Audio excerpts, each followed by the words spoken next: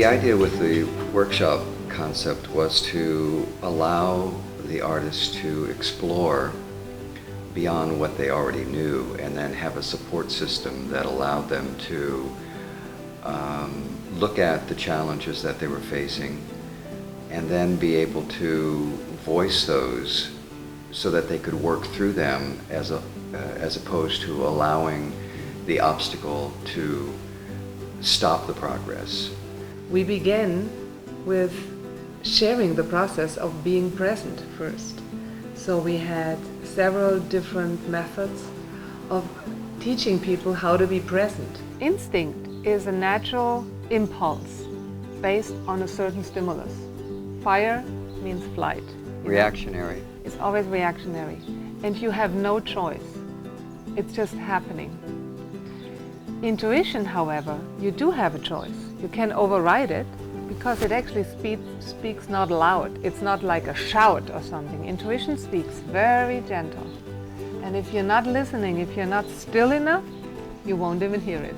Intuition, which is the most important point for every artist. We follow our intuition, but very often the differentiation between intellect and intuition is not very clear. So we had people explore how would that look from their intellect and how would that look from intuition and how would they know the difference. We wanted to explore what would be possible if artists of different fields would merge their creativity and talents into one and the same piece of art. The challenge was to form true collaborations, to create a synergy that would produce new perspectives and processes beyond what each individual would be able to do. There's an interesting thing that comes out of this is that whereas art can be typically result-driven, what is the piece at the end?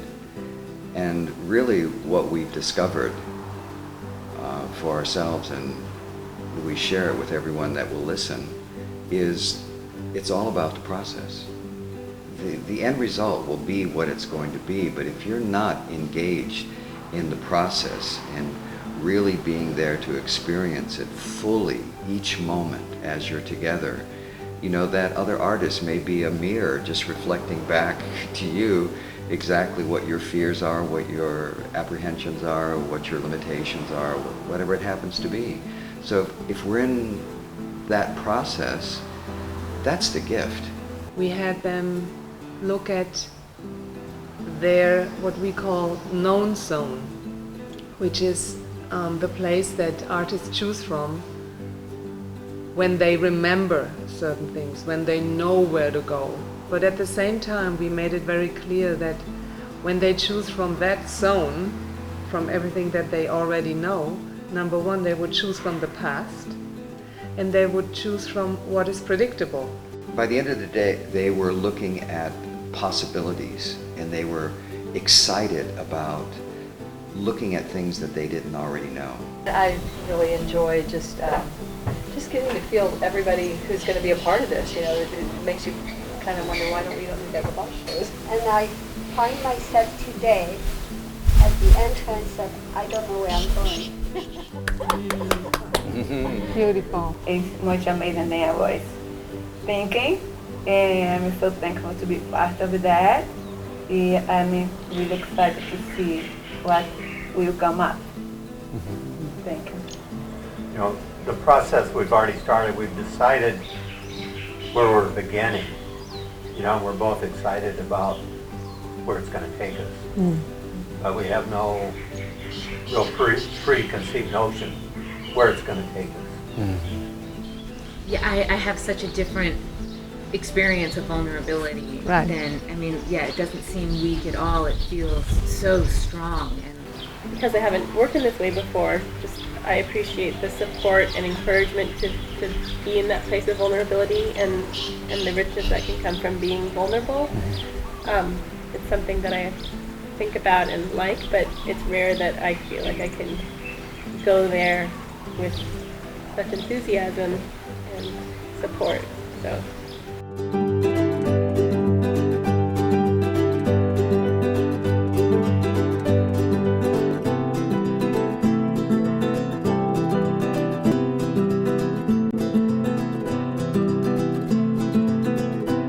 thinking about the show and knowing Bella and Ray, I was thinking it would be such an asset to the artist to be coached. I just knew that it would enrich their experience and therefore enrich the work that they're going to do.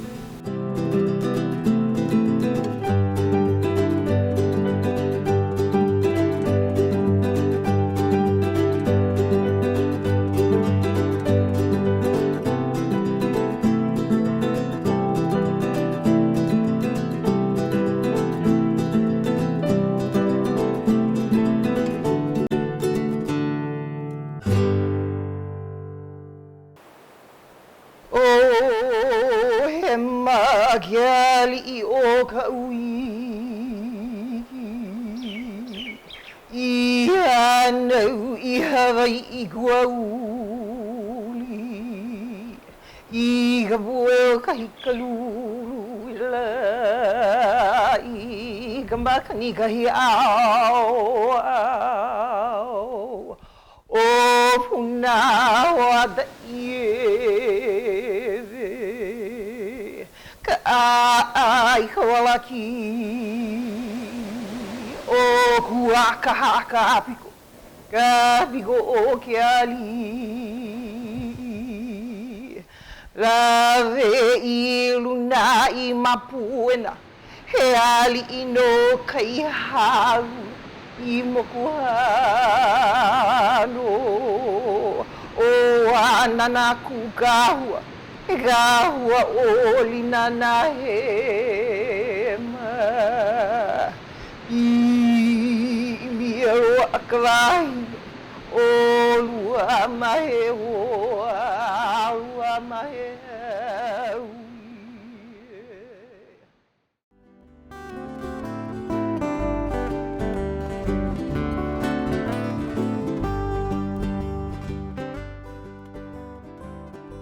I come from a family who are dancers and educators on my father's side. And so that kind of has been instilled in me from when I was young, education and our dance, which is what we do. I'm generally work in wood. I also work in oils. And I've done a number of pieces where I've asked Kaui Kanakaole to help me with titles and stuff. So in thinking about this piece, I decided to ask her if she would be willing to collaborate with me. My idea was she's got this incredible wealth of knowledge of Hawaiian culture. She also comes from her lineage. Her grandmother was Edith Kanakaole. A ko'ihonua is like a genealogical chant, but it's also a prophecy for their life, and it's written after, it's not written when they're born, it's written after their life happens, and so when looking at this chant, when I was given the chant, I felt so moved to do something with it because of how old it was. And also the names of the places in the chant are still used today.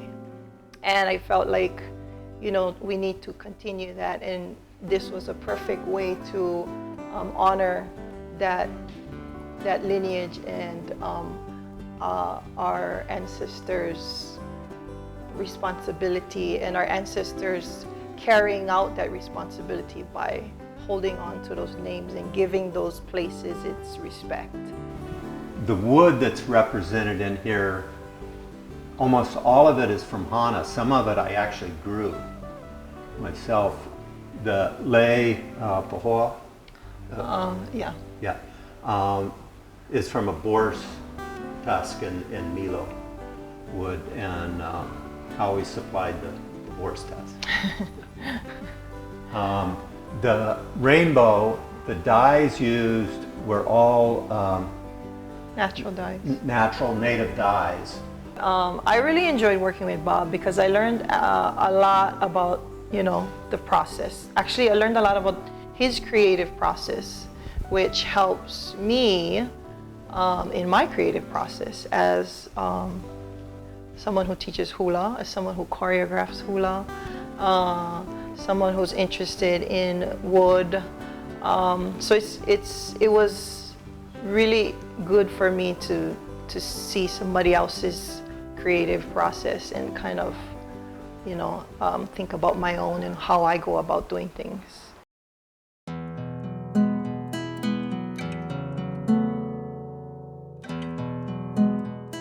When invited by Viewpoints to do an artistic collaboration, for me, I instantly knew exactly who I would work with. It would be Anna.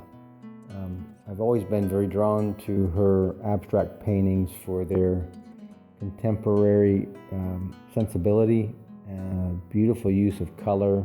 I was really happy to work with Michael Wisner. I really adore his work. He's an amazing ceramic artist, and he does. Was new for him to put his three-dimensional piece here on the panel. My thought was, in collaborating with Anna, to use the textural work that I have traditionally done on ceramics and put that onto a 2D canvas, actually in a 3D manner, and use them basically as architectural elements, whereby she could then begin collaborating with the texture work.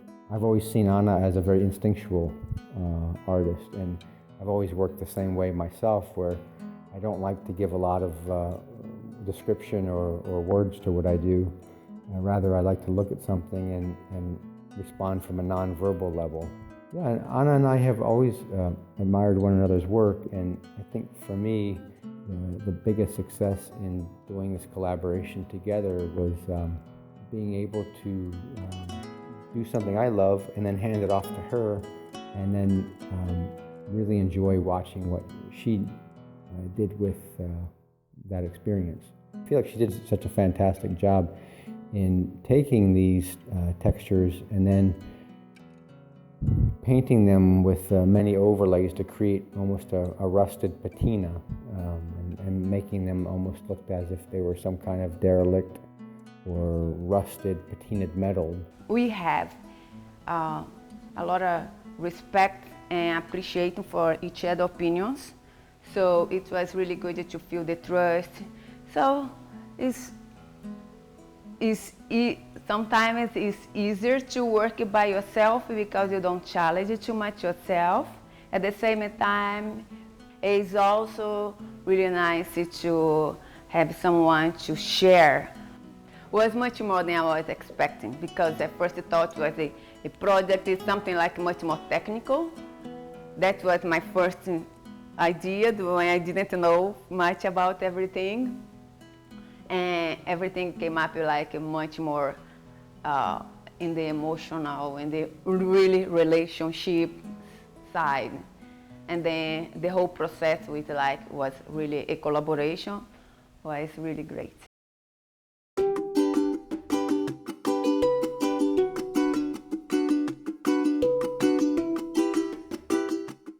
We started our collaboration as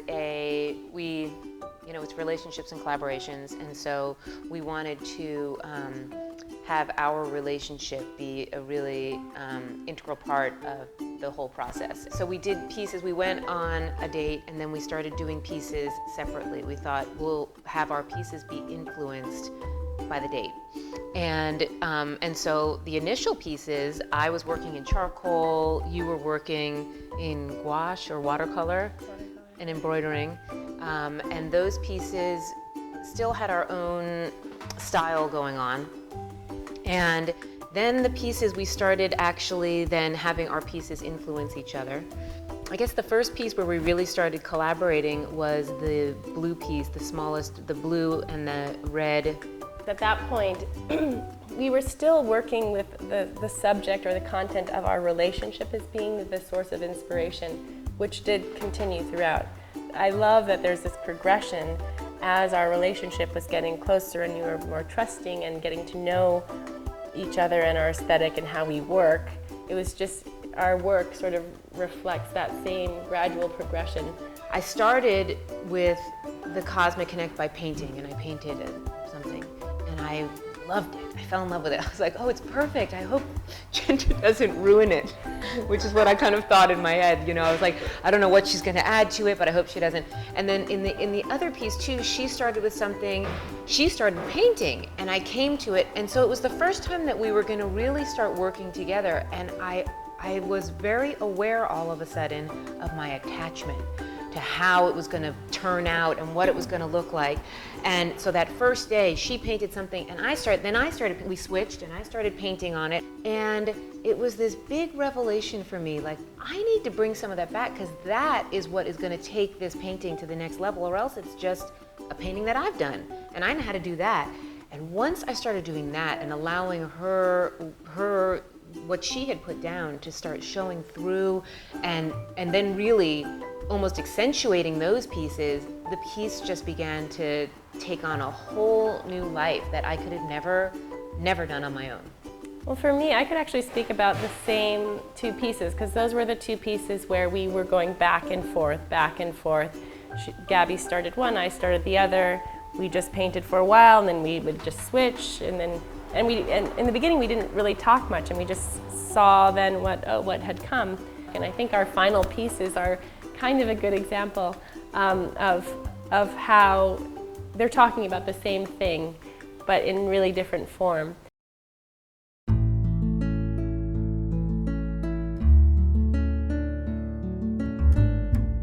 What we have is a prayer wheel, first that I've ever done bending metal, and we put it into the heart of this old growth pine tree that Tim had sourced out of Poli.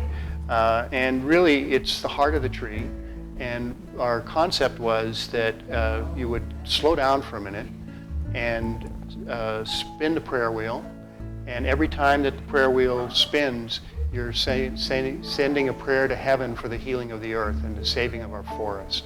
And that was our concept to begin with. The three different slabs where they join in the middle is actually the heart of the tree. So as you look inside, you'll see the rings and cut. So this Mercedes is a book matched. As you can see, the knots here and the knots here as it came out of the log. The Mercedes now makes the heart. The opening symbolizes the center of the tree where the wheel has been placed. And kind of from our heart to the heart of the earth, to the heart of the tree, we're trying to, as Jim said, make people slow down. Think about what we're doing to the planet, what we're doing that, and we're starting it with one tree, one spin, one thought. And if we can take that process a little farther, who knows where we can go with it, make it a little better place to live. Working with Jim was very exciting. Somehow, how these two materials would work together was really, really exciting to me. From my side, which was more the sculptural side, were we going to take one solid log and carve a hole in it? How do we stand the piece up was a little bit of an issue. And then working together, we live farther apart. We both had kind of a lot of different conflicts happening as this thing came out. My sister passed away during the process. Jim just got back from his father-in-law passing away, which is kind of amazing that we're talking about heart and healing and collaborations, and we both had so many incredible things happening during the process of this, yet still managed, I feel, to come up with something that is absolutely beautiful and meaningful. To me, collaborations opens up a different way of thinking. We kind of all get set in our ways, and I think working with Jim and seeing his process has opened my eyes to some other ideas.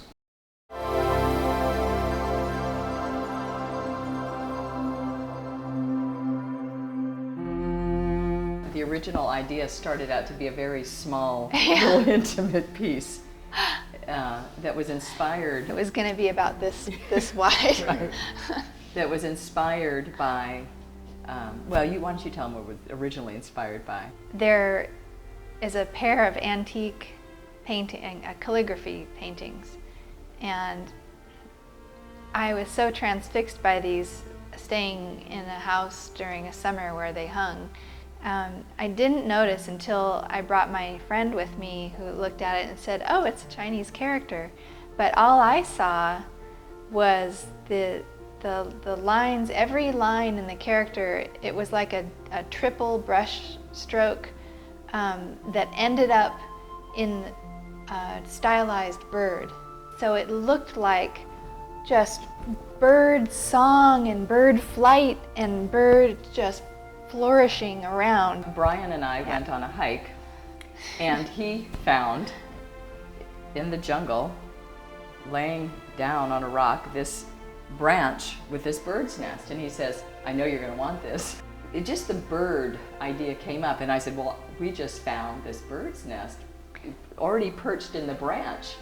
And so, what do you think?" So we knew that something was going to happen with that. And I knew I wanted transparency, and I knew I wanted the strength of the brush strokes and something, you know, for me to try and experience what it was to make free-flowing, somewhat powerful strokes that had something of the feeling of those birds I had seen. And then I knew I wanted it to be rigid, but I had never done something like this before that's semi-sculptural. And I mean, I imagined it might just take, you know, a couple of dipping in resin or something, like a couple times, but I found out it was an entirely, you know, much longer process to get it as solid as I wanted it. What started to come into being was this idea of a bird finding shelter or being caught in a storm, in the rainstorm. It has a shelter, like a roof kind of shelter shape. So it's I don't know, it feels good to me. And I realized that to use them in a non-traditional way, it could be used almost as a storyboard, but one that you can kind of dig into. So some things are hidden here, and that's fine, because I would like people to touch this piece and dig through it.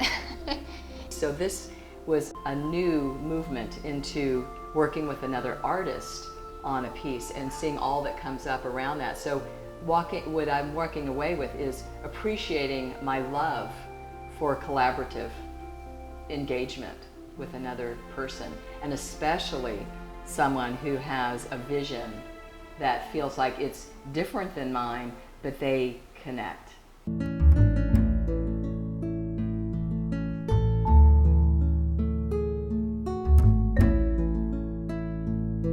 Shining Essence is about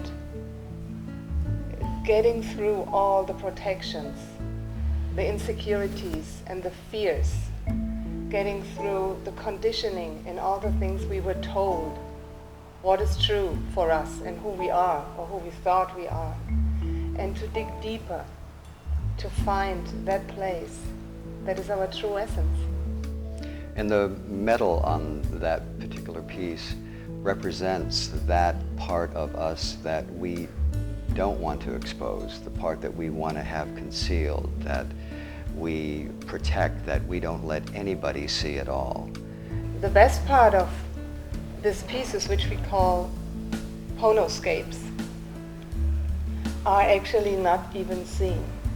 It was our choice to follow something that we have learned from the Hawaiians, who say the secrets are always hidden in plain sight.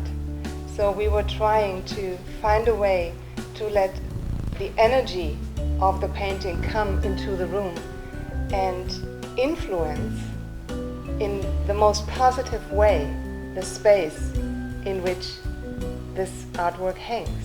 So on the back of the painting, completely unseen to the observer, is what we call an energy tattoo. We wanted to create art, we call this pono art. We wanted to create art that would actually change the environment in which it's hanging, so that there's an energetic frequency of the piece that's actually hanging in a space that affects the space in a positive way. The second piece, Living Without Boundaries, was inspired by Bella. So as you can see, these are all books. It's boundless. Of all the very important books in my life, they're all about how to coach people and what is right. And it's a lot about what many people think, which is what books are.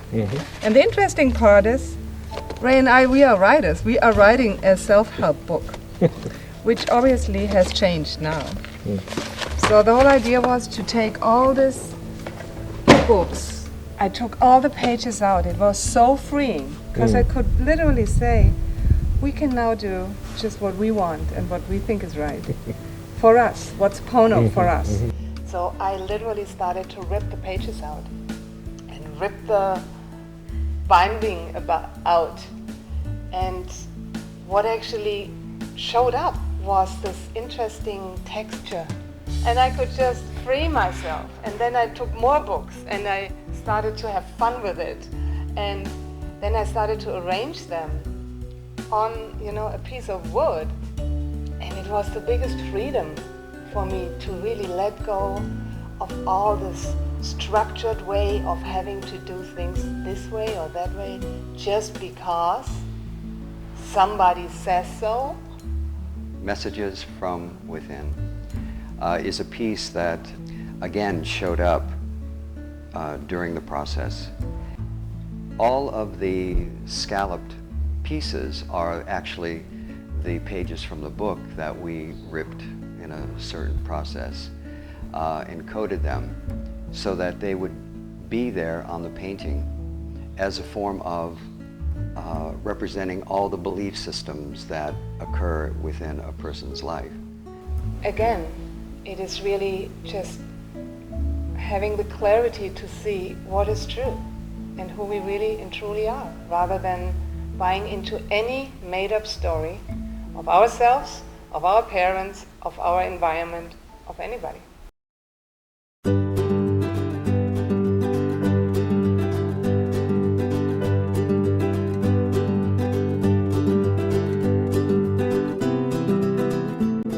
I usually am working very small, doing very tiny beadwork. I usually work in multimedia, images, oils.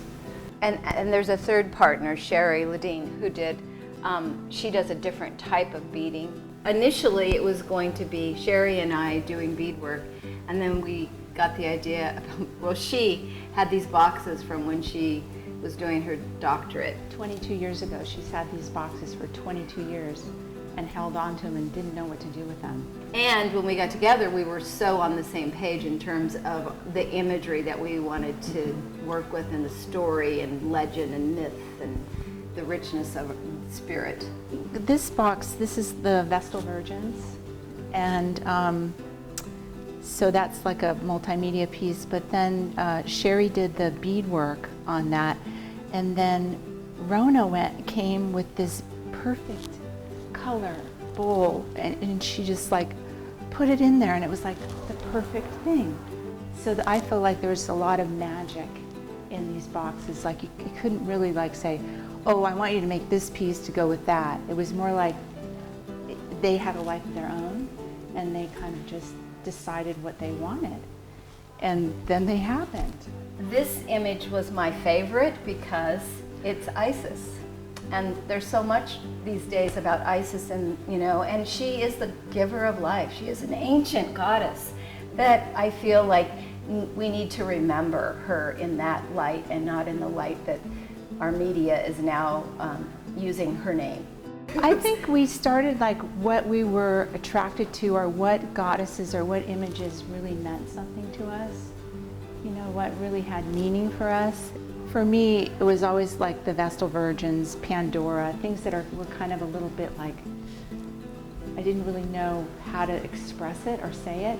But then what was also important to me was that each box on the opposite side has a message and a picture and like a meaning but I initially have an attraction or something that I feel needs to move or wants to be explored that's inside of me. And when I look at something or read something about Isis or the Buddha or Pandora, I realized in exploring all of these that they're all connected, that all through all the, every myth, everything, they each are so similar, really. They just have different names. So then I was like, how can you even explore all of that? I think we all had the same vision, but carrying it out was brought up that we had different views, or that the vision, even though the vision was the same, the end product of what we saw was different. And so there was, for me, it felt like a lot of surrender. Okay, I had to just keep surrendering to the process. I think I'm still attracted to the same things, except that I can see how other people's vision can make something work so much better. Mm-hmm.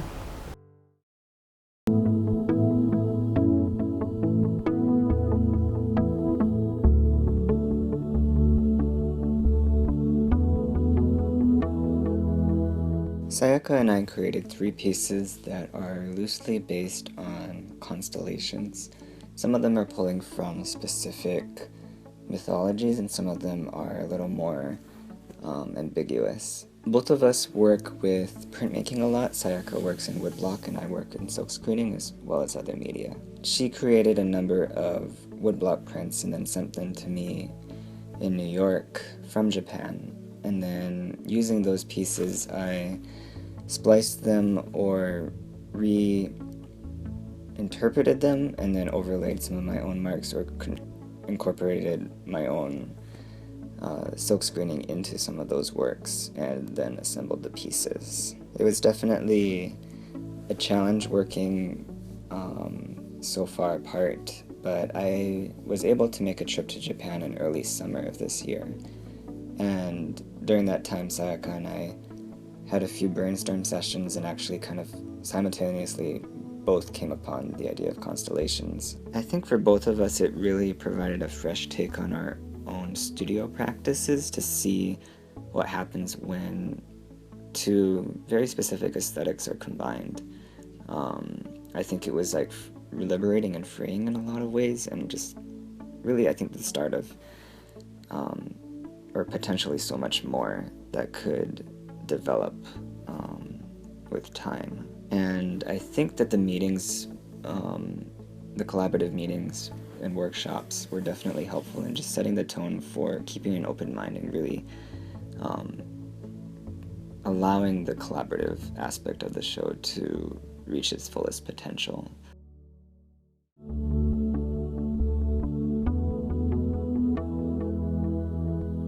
I usually work in Kinform class, and I also worked in Kinform class for the collaboration. But we added one aspect that I usually don't use and that I was really excited about, which was carving and painting into the class. I usually work in oils and acrylic on carved wood. This is something I did for that piece as well. I mean, all the pieces. But I worked in a different way by allowing the glass to interfere with the wood and the carving of the wood. Also painting on the glass as well with Corona. What we really want to do is create many different layers, and so we carved on top of the glass, on the back of the glass. The wood is carved on. We have the reflections that are created by being carved in the glass, and also the different reflections that happen from the paint on the glass and the wood. To me, what's really interesting is how the wood is actually not totally flat, but also bent. And that bending of the wood, which I did once before, but including the glass with it, it kind of amplified the quality of the bending of the wood by because of the way the light hits the piece, it will make all the color will reflect much more when it's three-dimensional than when it's flat. This idea came just because the glass was lying on the wall and there was reflection that were happening on the wall. You know, you get the dimensionality in the glass, you get the dimensionality in the wood, but you also get dimensionality where the two mediums meet. What was a real treat for me, because I usually work mostly in functional pieces, to have the experience of going more the visual fine art route was a wonderful experience for me. So that process, which is very actually methodical, but and I think for the kind of work Karuna does, it's really important working on glass where you really have to know ahead what you're doing. Really was something that I'm going to take home. What's really interesting to me with that piece is that it has a quality of different layers and different levels, as well as a oneness. The challenge for me was to come to a piece, to come to a more narrow path to create something that is visually interesting. Something out of the box, but comes to a piece of art that is legitimate.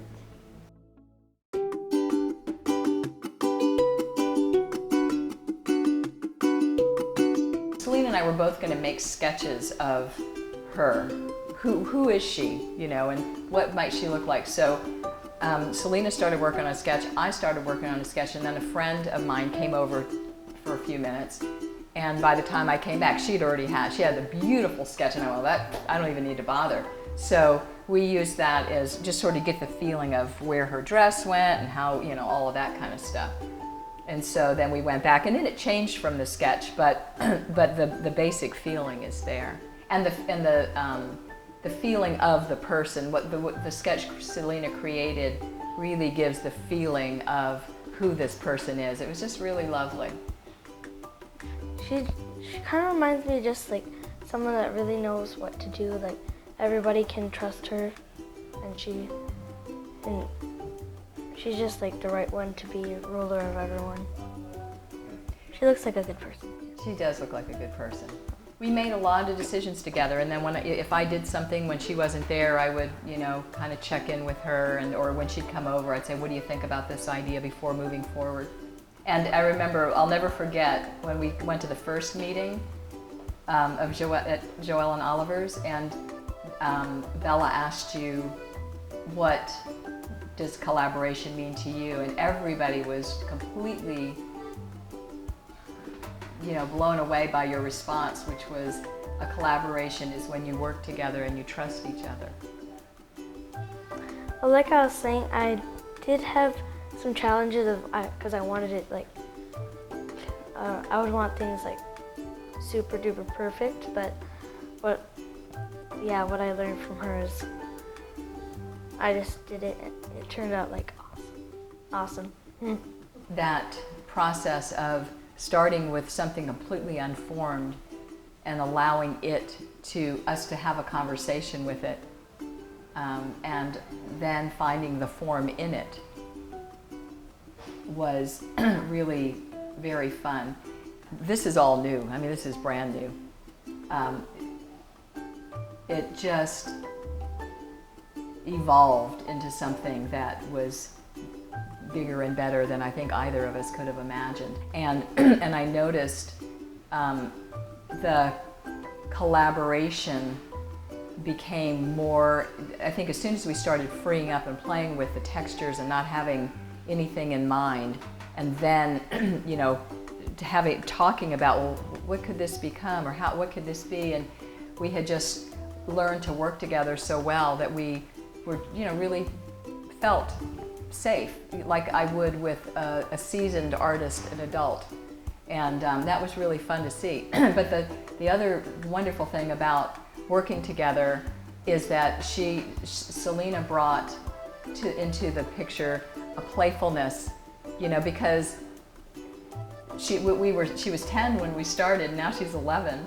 We had a lot of play in there too. You know, we'd dance, we'd sing. Selena's got a fabulous voice, and we would speak with Russian accents because Selena started that with me while we were working. We just did all sorts of things that just made it super fun working together. As the art director for Viewpoints Gallery, I always look for ways to stimulate the creativity of the artist. Joelle sees the larger view. She is looking for the gallery to be fresh, to be new, and for it to be exciting for the collectors and the customers that walk through every day. This show, Relationships and Collaborations, stops them in their tracks. From artist to artist, this combination is exciting and stimulating to the people that come to the gallery.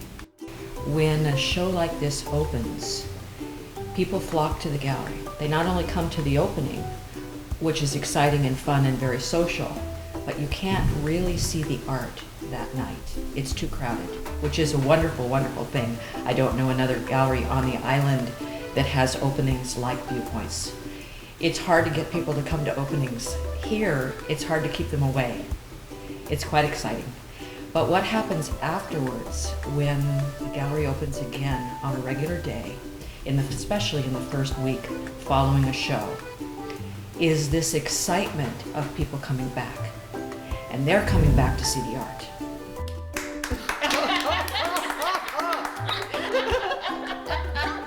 You want to narrate the whole video? Okay, let's go home. Yeah, we're done. Our work is finished. Yeah.